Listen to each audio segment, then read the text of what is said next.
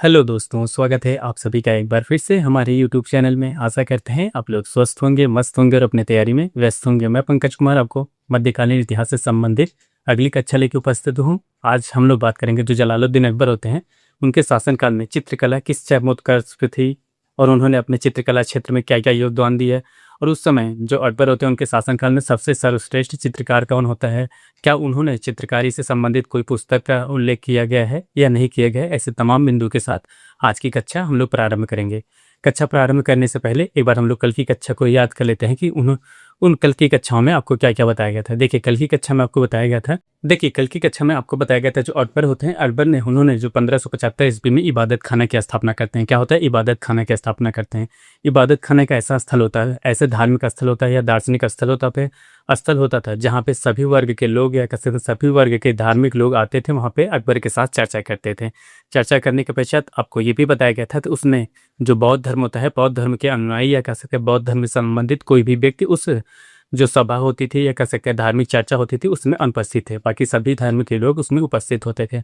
इसके बाद आपको बताया गया जो 1579 ईस्वी होता है, क्या 1579 ईस्वी में मजहर जो दस्तावेज अकबर ने जारी किया था, इसका जो प्रमुख होते हैं कौन होते थे? शेख मुबारक होते हैं। शेख मुबारक ने इस जो मजहर दस्तावेज होता है इसको लागू करने के लिए अकबर को सलाह देते हैं। उसके बाद अकबर जो होते हैं इसको लागू करते हैं। इसमें लागू करने में क्या होता है, जो अकबर होते हैं धार्मिक गुरु बन जाते हैं। क्या होता है? अकबर जब मजहर दस्तावेज लागू करते हैं उसके बाद वे धार्मिक गुरु बन जाते हैं या कह सकते धर्म से संबंधित इसमें बातें करते रहते थे। उसके बाद उन्होंने और इसके बाद इस्लाम कानून की अंतिम व्याख्या करता था। जो मजहर दस्तावेज होता है इस्लामिक कानून की अंतिम व्याख्या करता था।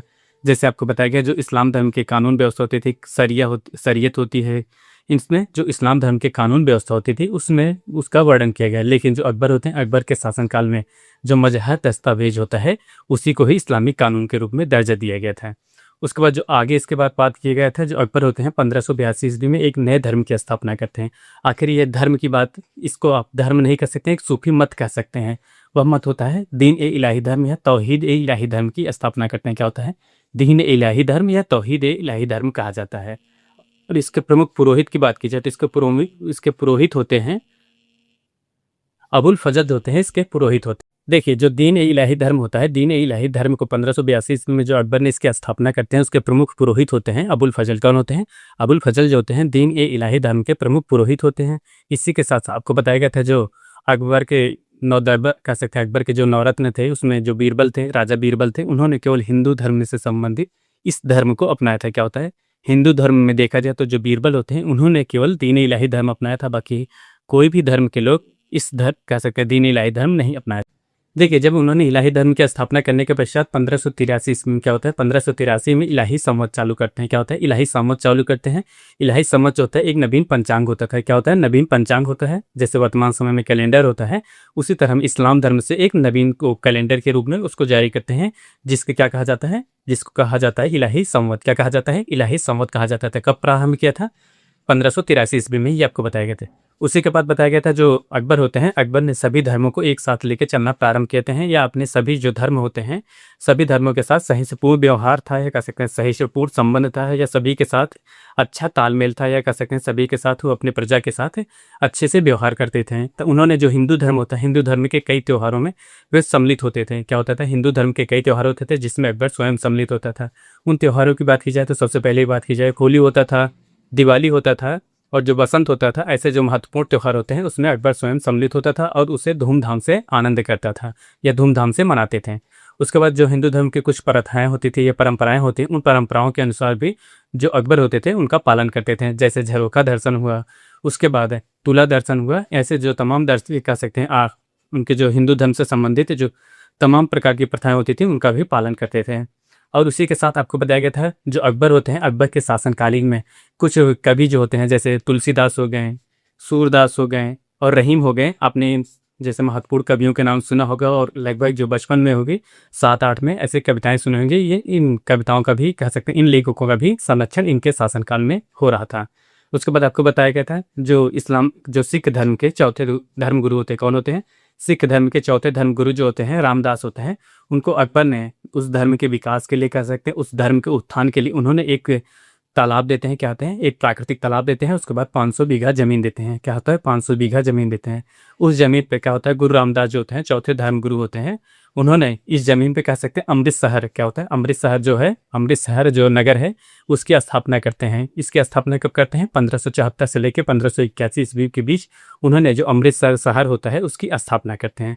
इसके बाद आगे की बात करते हैं, जैसे जब उन्होंने प्राकृतिक तालाब जो होता है दिया गया था, उसमें जो सिख धर्म के 5वें धर्मगुरु होते हैं गुरु अर्जुन देव कौन होते हैं, गुरु अर्जुन देव ने उस प्राकृतिक तालाब में एक स्वर्ण मंदिर की स्थापना करते हैं। स्वर्ण मंदिर की स्थापना जब करते हैं उसमें कोई ना कोई, जैसे कोई मंदिर की स्थापना किया जाता है उसमें किसी न किसी देवी या देवताओं के गर्भगृह में स्थापना की जाती है।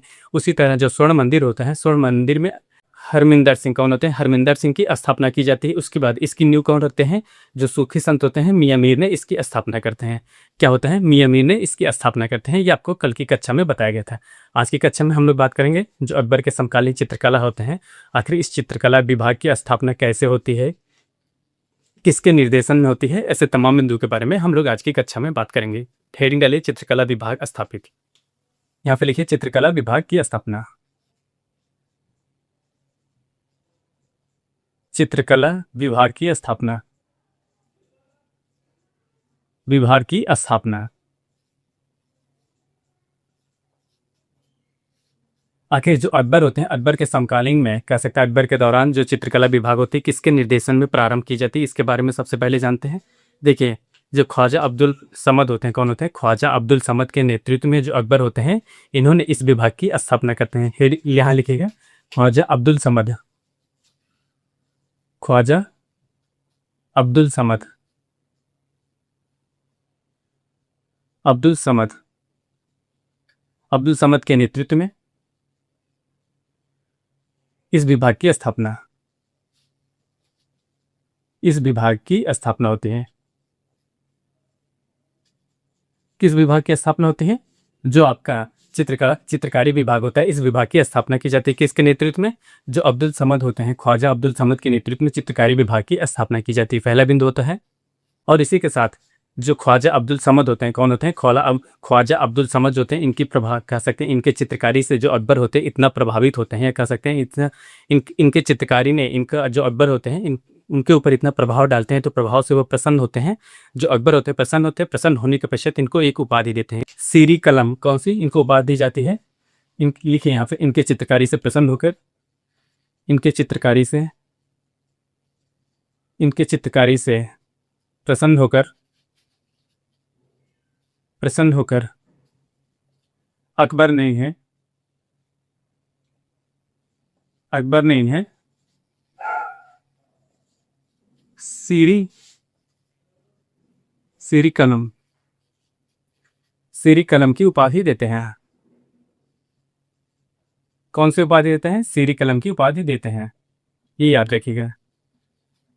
कौन सी उपाधि देते हैं, सीरी कलम की उपाधि देते हैं। किससे, इनकी चित्रकारी से इतना प्रभावित होते हैं अकबर, प्रभावित होते हैं और इतना प्रसन्न होते हैं कि इनको कौन सी उपाधि दी जाती है, सीरी कलम की उपाधि दी जाती है। आपको एक क्वेश्चन इसी से संबंधित आपको बताना है कि जैसे जो उन्होंने अनुवाद विभाग होता है, अनुवाद विभाग में एक ऐसे लेखक होते हैं, कह सकते एक ऐसे कवि होते हैं जिनको प्रसन्न होकर अकबर ने उनको कौन सी उपाधि देते हैं, जरी कलम। आपको बताना है कि जरी कलम किसकी उपाधि होती है, यहाँ पे लिख लीजिएगा। आपको बताना है जरी कलम, जरी कलम, जरी कलम उपाधि किसकी है, ये याद रखिएगा, उपाधि किसकी है, जरी कलम उपाधि जो होती है किसकी है, ये आपको बताना है। उसके बाद आपको बताया गया था कि जो ख्वाजा अब्दुल समद होते हैं, क्या होते हैं, ख्वाजा अब्दुल समद होते हैं, ख्वाजा अब्दुल समद को सीरी कलम की उपाधि दी गई थी। कौन सी, सीरी कलम की उपाधि दी गई थी।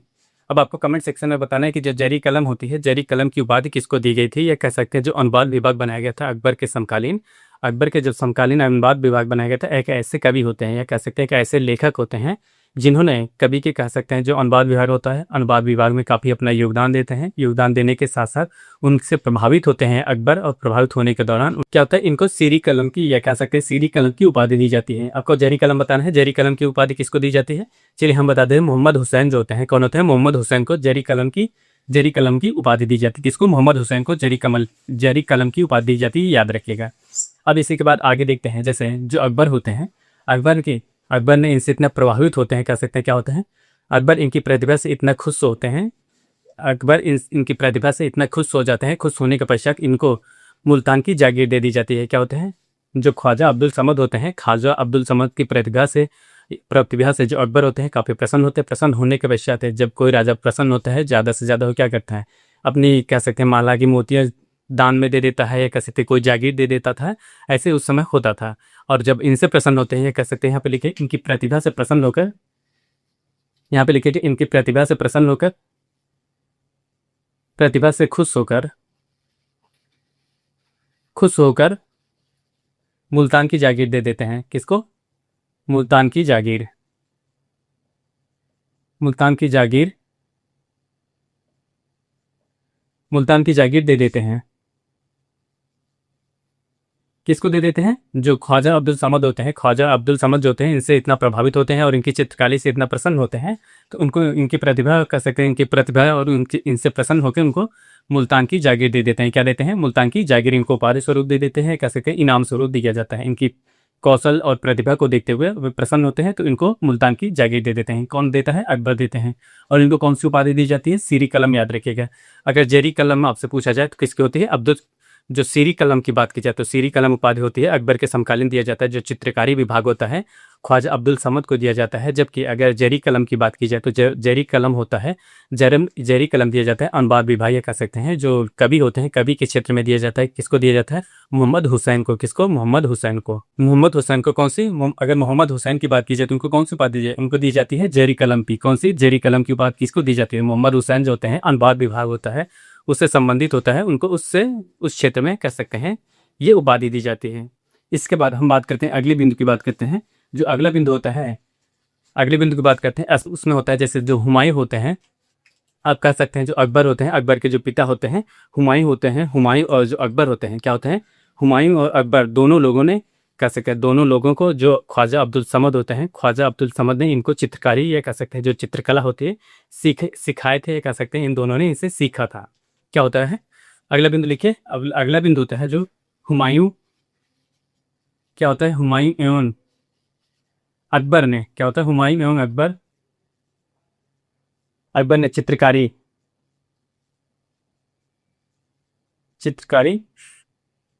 ख्वाजा अब्दुल समद से सीखा था। ख्वाजा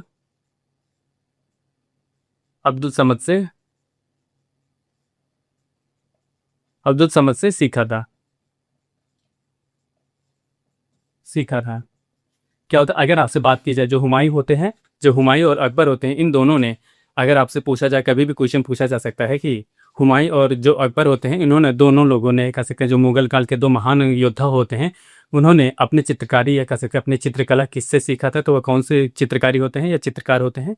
ख्वाजा अब्दुल समद होते हैं। ख्वाजा अब्दुल समद के नेतृत्व में जो अकबर होते हैं और हुमायूं होते हैं, उन्होंने चित्रकारी सीखा था। क्या होता है? ख्वाजा अब्दुल समद के नेतृत्व में हुमायूं और जो अकबर होते हैं, कह सकते हैं एक तरफ बाप बेटे जो होते हैं, उन्होंने चित्रकारी कला जो होती है ख्वाजा अब्दुल समद के नेतृत्व में सीखते हैं, जो उस समय के काफ़ी प्रतिभावान है, कह सकते हैं प्रतिभाशाली चित्रकार होते हैं। जिस वजह से अकबर ने उनके प्रसन्न होकर मुल्तान की जागीर, सबसे पहले क्या होता है, उनको उनकी प्रसन्नता या कह सकते हैं उनके चित्रकारी से इतना प्रभावित होते हैं, उनको मुल्तान की जागीर दे दिया जाता है और उन्हें राज्य में कह सकते हैं सीरी कलम जो होता है, सीरी कलम की उपाधि भी दी जाती है। ये आपको कह सकते हैं आपके परीक्षा के दृष्टिकोण से ये तीनों के तीनों बिंदु काफ़ी महत्वपूर्ण है। कौन क्या होता है? सबसे पहले बिंदु आपसे पूछा जा सकता है कि जो चित्रकारी विभाग होता है, कह सकते हैं चित्रकारी विभाग होता है, अकबर के समकालीन किसके नेतृत्व में प्रारंभ किया जाता है? पहले क्वेश्चन हो सकता है, पहले क्वेश्चन का आंसर क्या होगा? ख्वाजा अब्दुल समद होते हैं।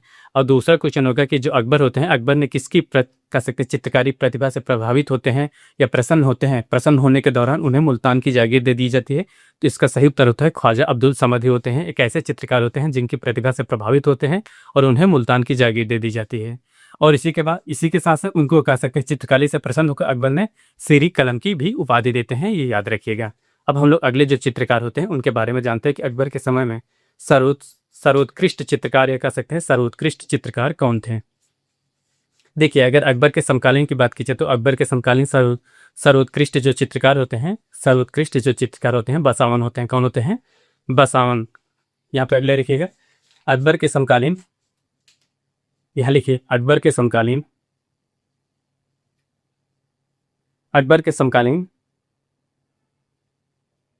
ये कह सकते हैं अकबर के दरबार में सर्वोत्कृष्ट चित्रकार जो थे, चित्रकार जो थे बसावन थे। कौन थे? बसावन। ये याद रखिए, इनके बारे में कई बार क्वेश्चन पूछा जा चुका है कि जो अकबर होते हैं, अकबर के शासनकाल में ऐसे कौन से चित्रकार होते हैं जो अकबर के समकालीन कह सकते हैं, अकबर के शासनकाल के दौरान जो होते हैं सबसे सर्वोत्कृष्ट क्या होता है, सबसे सर्वोत्कृष्ट चित्रकार होते हैं। तो कौन होते हैं? बसावन होते हैं। क्या होते हैं? बसावन जो ऐसे होते हैं ये सबसे सर्वोत्कृष्ट चित्रकार होते हैं। क्या होते हैं? सर्वोत्कृष्ट। देखा जाए तो जितने भी चित्रकार होते हैं, चित्रकार तो काफ़ी लोग होते हैं जिससे अकबर काफ़ी प्रभावित भी होते हैं, काफ़ी उनको योगदान दिया जाता है, या कह सके उनको प्रसन्न होकर कहीं कहीं की जागीर दी जाती है, उनको धन दिया जाता था या आर्थिक सहायता किया जाता था। लेकिन उन सभी चित्रकारों में बात की जाए तो जैसे जो भी चित्रकार होते हैं, अभी अभी आपको बताया जाए कि जो चित्रकार होते हैं कौन कौन से चित्रकार होते हैं अकबर के समकालीन होते हैं। उन चित्रकारों में सबसे सर्वोत्कृष्ट कह सकते हैं, सबसे अच्छा लेख कह सकते हैं जो चित्रकार होते हैं या पेंटर जो होता है इंग्लिश में कहा जाता है, तो कौन होते हैं? ये बसावन होते हैं। कौन होते हैं? बसावन जो होते हैं सबसे सर्वोत्कृष्ट चित्रकार होते हैं। देखिए अगले चित्रकार होते हैं दसवंत। कौन होते हैं? यहाँ पे लिखिएगा अगले चित्रकार जो होते हैं दसवंत। दसवंत ये ऐसे चित्रकार होते हैं, क्या होता है, जो दसवंत होते हैं व्यंग्य चित्रकार होते हैं। व्यंग्य चित्रकार का मतलब जैसे जो भी चित्र होता है उसमें कुछ न कुछ व्यंग्य कह सकते हैं, जैसे आप कह सकते हैं कार्टूनिस्ट जो चित्रकार होते हैं उन्हीं की तरह जो दसवंत थे वे भी कलाकारी करते थे। जैसे आप देखे होंगे कभी कल, आप अगर रील देखते होंगे या उसी में देखे होंगे जो कार्टून होते हैं, कभी कल जो हमारे राजनेता होते हैं उनसे व्यंग्य के रूप में देखेंगे कुछ न कुछ कार्टूनिस्ट बनाए जाते हैं। कई बार इसको सदन में लेके काफ़ी विवाद भी हुआ है। उसी तरह जो होते हैं दसवंत होते हैं वे व्यंग्यकारी चित्रकार बनाते हैं। इन्हें जो होता है अकबर होता है अग्रणी चित्रकार घोषित करते हैं, राज्य का अग्रणी। यहाँ पे लिखिएगा राज्य का अग्रणी चित्रकार। क्या होता है? इनको जो अकबर होते हैं राज्य का अग्रणी चित्रकार, अग्रणी चित्रकार घोषित किया जाता है। क्या होता है? इनको राज्य का अग्रणी चित्रकार घोषित किया जाता है। इनके बारे में अगला बिंदु इनको क्या पता है? जो दसवंत होते हैं, जब दसवंत जो होते हैं दसवंत को राज्य का अग्रणी चित्रकार घोषित किया जाता है। और इसी बाद इनके ये क्या होता है, मानसिक बीमारी होती है। क्या होता है? जो दसवंत होते हैं इनकी मानसिक बीमारी होती है, ये कह सकते हैं।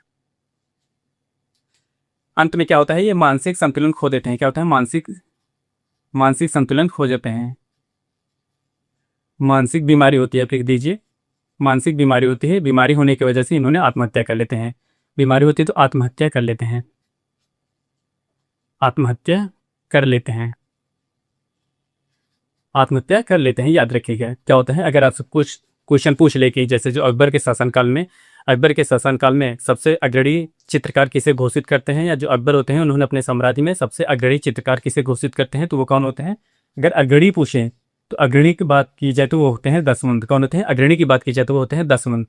क्या होते हैं? ये मानसिक बीमारी होती है इनको, मानसिक बीमारी हो जैसे इन्होंने आत्महत्या कर लेते हैं।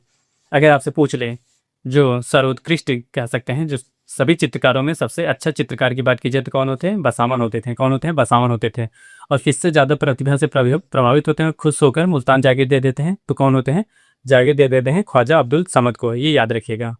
तो हम लोग बात करेंगे कि जैसे इन्होंने तो चित्रकारी विभाग कर दी, चित्रकारी विभाग स्थापित हो जाने की वजह से जो अकबर होते हैं, अकबर ने एक पुस्तक कह सकते हैं, एक पुस्तक की स्थापना करवाते हैं।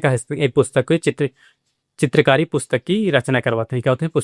चित्रकारी पुस्तक की रचना करवाते हैं। चित्रकारी पुस्तक की जब रचना कैसे करते हैं, देखिए उसमें क्या होता है, आप ऊपर देखिए चित्र लिखा रहेगा, चित्र बना रहेगा, जो भी चित्र बना रहेगा उसके विशेषताओं के बारे में नीचे एक कह सकते हैं।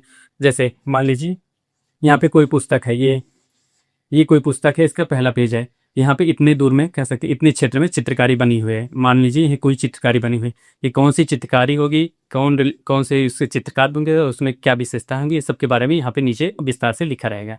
ऊपर में चित्र बना रहेगा, नीचे जो उसके बारे में जो भी उसकी विशेषता होगी उसके बारे में लिखा होगा। तो हम लोग जानते हैं आखिर उसका निर्देशन में, किसके निर्देशन में ये का निर्माण किया गया था, इस पुस्तक का निर्माण किया गया था, कैसे किया गया था, ऐसे तमाम बिंदु के बारे में बात करते हैं अगले बिंदु में। देखिए अगला बिंदु, देखिए चित्रकारी विभाग से जो उन्होंने अकबर के शासनकाल में चित्रकारी विभाग से संबंधित जो पुस्तक का निर्माण कराया गया था या पुस्तक की रचना की गई थी, वो कौन सी होती है? दस्तान ए अमीर हमजा। कौन सी होती है पुस्तक? देखिए दस्तान ए दस्तान ए दस्तान ए अमीर हमजा, अमीर हमजा। क्या होती है? दस्तान ए अमीर हमजा, या कह सकते हैं हमजा नामा, हमजा नामा।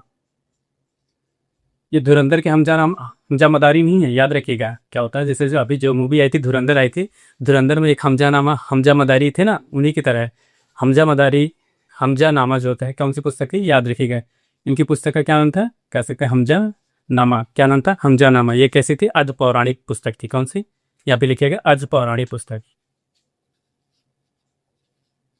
अर्ध पौराणिक पुस्तक।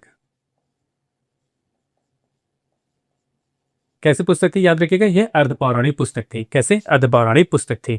इस पुस्तक जो क्या होता है, इस पुस्तक के कह सकते हैं रचनाकार में, इस पुस्तक के चित्रकार में, इस पुस्तक के निर्माण में, कह सकते हैं इस पुस्तक के लेखन में 50 चित्रकारों का योगदान होता है। क्या होता है, लिखेंगे यहाँ पे, इस पुस्तक के, इस पुस्तक में, इस पुस्तक के रचना में, इस पुस्तक के रचना में लगभग क्या होता है, लगभग 50 चित्रकारों का योगदान होता है। 50 चित्रकारों का, 50 चित्रकारों का योगदान होता है। जब आप देखिए कैसे 50 पुस्तकों, 50 चित्रकार, 50 चित्रकार ऐसे होते हैं कि जो उन्होंने, ये पुस्तक ऐसी होती है, ये अर्ध पौराणिक पुस्तक होती है। आधा जो उसमें कह सकते हैं, अर्ध का मतलब होता है आधा, पौराणिक मतलब जब हमारी जो पौराणिक पौराणिक कह सकते हैं, जो पौराणिक विचारधाराएं होती हैं, कह सकते हैं जो धर्म से संबंधित होती हैं, तमाम तरीके के जो होते हैं पौराणिक ज्ञान होते हैं, उन सबसे संबंधित ये पुस्तक होती हैं। इस पुस्तक की रचना में एक लोग के बस की, कह सकते हैं इस पुस्तक की रचना में एक लोग के बस की बात नहीं थी। इसी वजह से इसमें कई चित्रकारों ने अपना योगदान देते हैं। और उस चित्रकारी में आपको बताए गए थे, जैसे पुस्तक के, जैसे यहाँ पे देखिए आपको पहले बताया गया था, जैसे ये पुस्तक का पहला पेज होता है। पहला पेज के अंदर में क्या होता है, इतने की दूर में ये चित्रकारी बनी रहेगी। कोई भी चित्रकारी आप मान लीजिए यहाँ पे बनाई गई है, इस चित्रकारी किसकी होती है, इससे संबंधित कौन से कह सकते हैं चित्रकार होते हैं, उन्होंने इस चित्र से किससे संबंधित होता है, क्या क्या फायदे हैं, क्या क्या लाभ है, इससे कहाँ पे ये अवस्थित है, ऐसे तमाम बिंदुओं के बारे में, इस चित्र के बारे में यहाँ पे नीचे उसकी व्याख्या, उस चित्र की व्याख्या की जाती थी। इस वजह से इस पुस्तक में 50 चित्रकारों का योगदान होता है, जो इन पुस्तक का निर्माण किया गया था। जैसे क्या होता है, कोई पुस्तक होती है, वर्तमान समय में देखा जाए जो पुस्तक होते हैं, काफ़ी पुस्तकें जो कागज़ की बनी होती हैं, और कुछ पुस्तकें ऐसी होती हैं जो डिजिटल होती हैं। क्या होते हैं, डिजिटल होती हैं, जिसमें आपको एक पीपीटी बन, ये कह सकते हैं पीडीएफ के रूप में वो पुस्तक दे दी जाती है। लेकिन जो अकबर के समकालीन ये पुस्तक होती है, ये क्या होता है, कपड़े पे बनी होती थी। इसमें क्या होता है, 1200 चित्र जो होते हैं, यहाँ पे लिखिएगा 1200 चित्र। इसमें इसमें लगभग, यहाँ पे लिखिएगा लगभग 1200 चित्र जो होते हैं कपड़े पे बने होते हैं। 1200 चित्र कपड़े पे बने होते हैं या कपड़े पे अंकित होते हैं। क्या होता है, 1200 चित्र जो होते हैं कपड़े पे अंकित होते हैं। और क्या होता है, जब 1200 चित्र जब कपड़े पे अंकित होते हैं, तो आपको बताया गया है क्या होता है, पहले पेज पे जो होता है, यहाँ पे लिखिए चित्र, चित्र के नीचे यहाँ पे लिख लीजिएगा, चित्र के नीचे चित्र से संबंधित जानकारी, चित्र से संबंधित, चित्र से संबंधित जानकारी। अब यहाँ पे क्वेश्चन आता है कौन सी भाषा में लिखा गया है, फारसी भाषा में लिखा होता था। कौन से, फारसी भाषा में। चित्र से संबंधित जानकारी फारसी भाषा में होती थी। कौन सी भाषा में होती थी, फारसी भाषा में होती थी, याद रखिएगा। जो ये पुस्तक होती है, हम चित्रकला जो क्षेत्र से होती है, दस्ताने हमजा नामा, कौन सी, दस्ताने हमजा नामा होती है या अमीर हमजा होती है। इसमें ये एक अर्ध पौराणिक पुस्तक होती है। कैसी पुस्तक होती है, अर्ध पौराणिक पुस्तक होती है। इस पुस्तक के निर्माण में कह सकते हैं, इस पुस्तक के सहयोग में, इस पुस्तक के बनाने में लगभग 50 जो चित्रकार होते हैं, उन 50 चित्रकारों का योगदान होता है। योगदान देने के पश्चात इस पुस्तक की खासियत ये होती है, इसमें जितने भी पुस्तक में जितने भी कह सकते हैं चित्र बना होते हैं, चित्र से संबंधित सभी जानकारियाँ आपको उसके नीचे लिखा होता था। कौन सी भाषा में, वो भी फारसी भाषा में लिखा होता था, ये याद रखिएगा। और ये इस पुस्तक का निर्माण किसके शासनकाल में, किसके आज्ञा, कह सकते हैं किसके आदेश पे होता है। इस चित्रकारी पुस्तक का कह सकते हैं, पुस्तक की रचना जो होती है अकबर के निर्देशन में की जाती थी। यह पहली चित्रकारी पुस्तक होती है, ये पहली चित्रकारी पुस्तक होती है, याद रखिएगा। अब हम लोग जान लेते हैं कि जैसे जो 50 चित्रकार होते हैं अकबर के शासनकाल में, क्या होता है, अकबर के शासनकालीन में कौन कौन से चित्रकार होते हैं, उनके नाम लिख लेते हैं। यहाँ लिखे चित्रकारों के नाम, चित्रकारों के नाम। अगर कभी भी आपसे अगर क्वेश्चन पूछ सकता है कि जो अकबर के समकालीन कौन से चित्रकार हैं, तो इसमें जब आपको पता रहेगा तो तब आप इसका सही पता लगा लेंगे। देखिए इनके चित्रकारों की जो बात की जाए तो जो अकबर के शासनकालीन जो चित्रकार होते हैं, इनके बारे में किसने लिखा, अबुल फजल ने, जो आईने अकबरी लिखते हैं। क्या होता है, यहाँ पे लिखे अबुल फजल की आईने अकबरी में, इसका यहाँ पे लिखे अबुल फजल के अबुल फजल की पुस्तक आईने अकबरी में चित्रकारों का उल्लेख किया गया है। चित्रकारों के नाम उल्लेख किए गए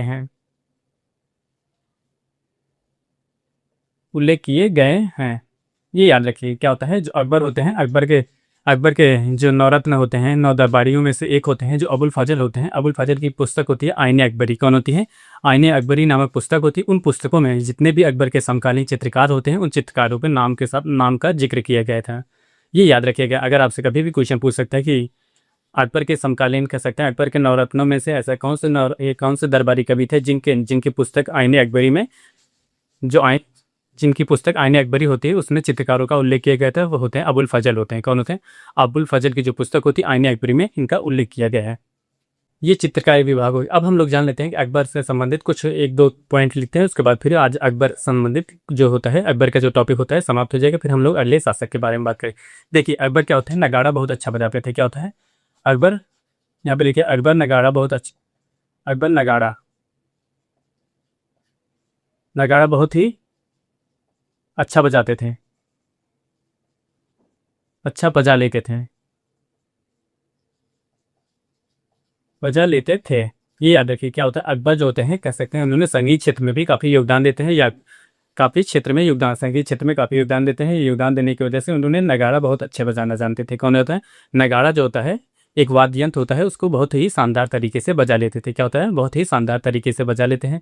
और अगर अकबर के अंत की बात की जाए तो क्या होता है, जो अकबर होते हैं, अकबर की जब मृत्यु होती है, किससे होती है? अकबर की मृत्यु यहाँ पे लिखिएगा, अकबर की मृत्यु पेचिस पड़ने की वजह से हो गई थी। पेचिस पेचिस से हुआ था। क्या होता है? कौन सी बीमारी की वजह से अकबर की मृत्यु थी? अकबर की मृत्यु की बात की जाए तो अकबर की मृत्यु थी पेचिस पड़ने की वजह से अकबर की मृत्यु हो गई थी। ये याद रखिएगा।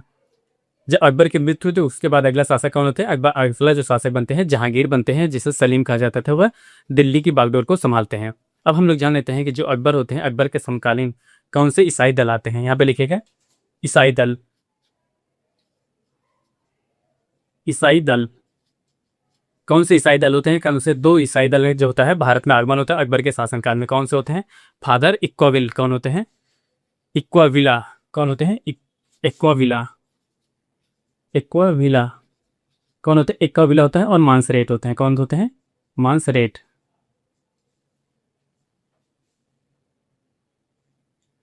ये दो कह सकते हैं जो ईसाई दल होते हैं, उसमें दो ईसाई दल कौन होते हैं? इक्वाविला होते हैं और मांसरेट होते हैं, जो अकबर के समकालीन आते हैं। क्या होता है? जो अकबर के समकालीन आते हैं, यह याद रखिएगा। अगर आपसे क्वेश्चन पूछ ले कि अकबर के समकालीन ईसाई दल, ये कह सकते हैं कौन से ईसाई लोग आए थे, तो कौन होते हैं? इक्वाबिल होते हैं और फादर मांसरेट होते हैं। ये दो कह सकते हैं दो ईसाई दल भारत में उपस्थित होते हैं अकबर के समकालीन में। ये याद रखिएगा। आज के लिए जो होता है अकबर का टॉपिक यहीं समाप्त होता है। हम लोग कल की बात करेंगे जो अकबर के बाद जो शासक होते हैं, शाहजहाँ जो होते हैं, जहांगीरी होते हैं, जहांगीर के बारे में बात करेंगे कि उनका शासनकाल कब से होता है, उन्होंने साम्राज्य विस्तार के लिए कौन कौन सी रणनीतियाँ अपनाते हैं। ऐसे तमाम बिंदुओं के बारे में हम लोग कल की कक्षा में उपस्थित होंगे। आज के लिए बस इतना ही। आप हमारे चैनल पर नए हो तो चैनल को लाइक करें, शेयर करें, सब्सक्राइब करें। मिलते हैं नेक्स्ट वीडियो में। तब तक के लिए धन्यवाद। Bye bye.